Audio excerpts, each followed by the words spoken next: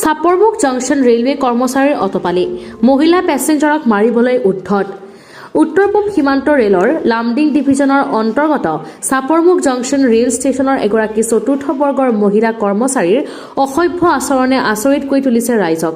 পুৱা 8 বজাৰ গুৱাহাটীমুখী শিলঘাট ৰেলৰ অপেক্ষাৰত গায়ত্ৰী কৃষ্ণা নামৰ মহিলাগৰাকীয়ে প্ৰস্ৰাৱ কৰাক লৈ ৰেল কৰ্মচাৰীগৰাকীয়ে অসভ্য গালি পাৰাৰ লগতে কৃষ্ণাক মাৰিবলৈ উদ্ধত হয়।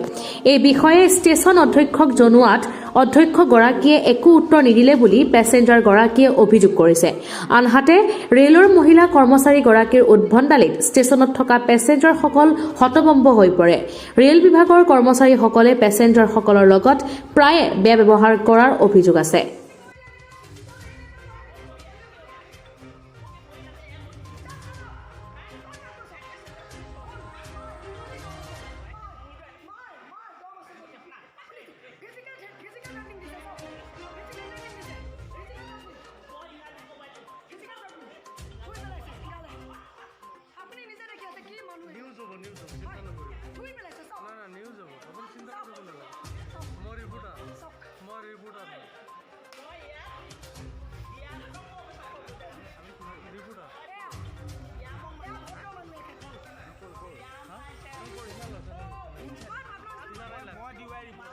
মাৰিৰ পৰা আহি চাপৰমুখ ষ্টেচনত আহি মই গুৱাহাটীৰ অভিমুখী যাত্ৰী হয়।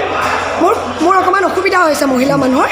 তাৰপিছত মই মহিলাৰ টয়লেটটো ব্যৱহাৰ কৰিবলৈ গৈছিলোঁ জিৰণি চৰাত। তাৰপিছত ছিকিউৰিটি পাৰ্চন মহিলা এগৰাকী চুকত বহি আছে, মই দেখা নাছিলোঁ আৰু তেওঁ ঠেং ভৰি মেলি চকীত বহি আছে, ছিকিউৰিটিৰ ফৰ্মেল অৱস্থাত নাছিলে।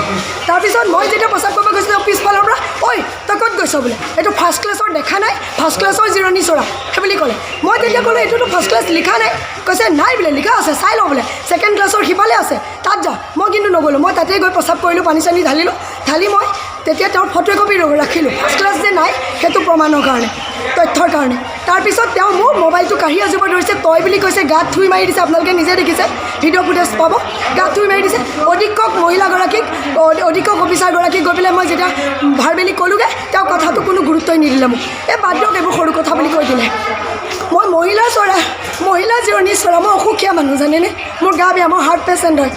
প্ৰস্ৰাৱ কৰিবলৈ যাওঁতে মোক এইটো ব্যৱহাৰ কৰিছে মহিলা পুলিচ কনিষ্টবলগৰাকীয়ে।